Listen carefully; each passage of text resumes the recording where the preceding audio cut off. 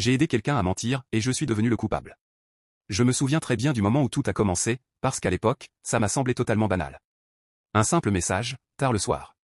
Mon téléphone a vibré alors que j'étais déjà au lit. C'était lui. Un ami proche, presque un frère. On se connaissait depuis des années, on avait tout traversé ensemble. Jamais je n'aurais imaginé que ce message serait le début de ma chute. Il m'expliquait qu'il avait fait une erreur. Pas quelque chose de criminel, pas quelque chose de grave selon lui. Juste un mensonge pour se protéger. Il avait paniqué, m'a dit que tout allait s'écrouler si quelqu'un parlait. Il avait besoin de moi. Juste une phrase à confirmer si on me posait des questions. S'il te plaît, fais-le pour moi. Après, tout s'arrête. Je me souviens avoir hésité. J'avais ce mauvais pressentiment, cette petite voix qui me disait de refuser.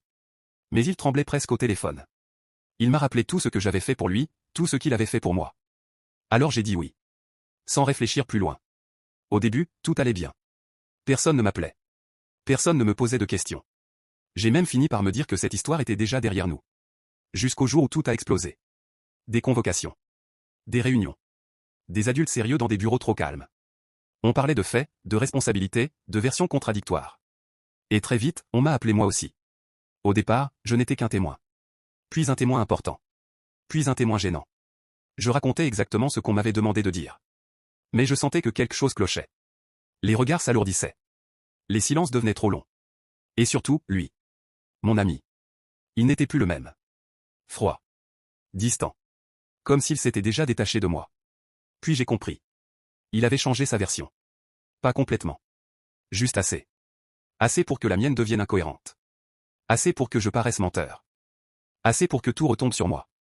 On a commencé à me poser des questions plus précises. À relever des détails. À comparer mes mots aux siens.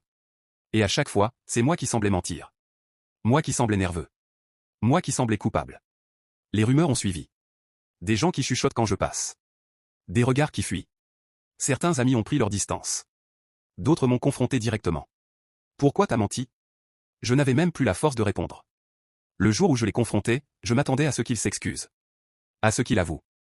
À ce qu'il dise qu'on allait arranger ça ensemble. Mais il m'a juste regardé, longtemps. Puis il a soupiré. J'avais pas le choix. Fallait bien que quelqu'un prenne. À cet instant, j'ai compris. Je n'étais plus son ami. J'étais devenu son bouclier. Aujourd'hui, je vis avec cette étiquette. Celle de celui qui a menti. Celle de celui en qui on n'a plus confiance. Et le plus dur, ce n'est même pas la punition. C'est de savoir que tout ça vient d'un seul mot que j'aurais pu refuser de dire. Parfois, je me demande encore une chose. Si demain, toute la vérité sort. Est-ce que quelqu'un me croira encore?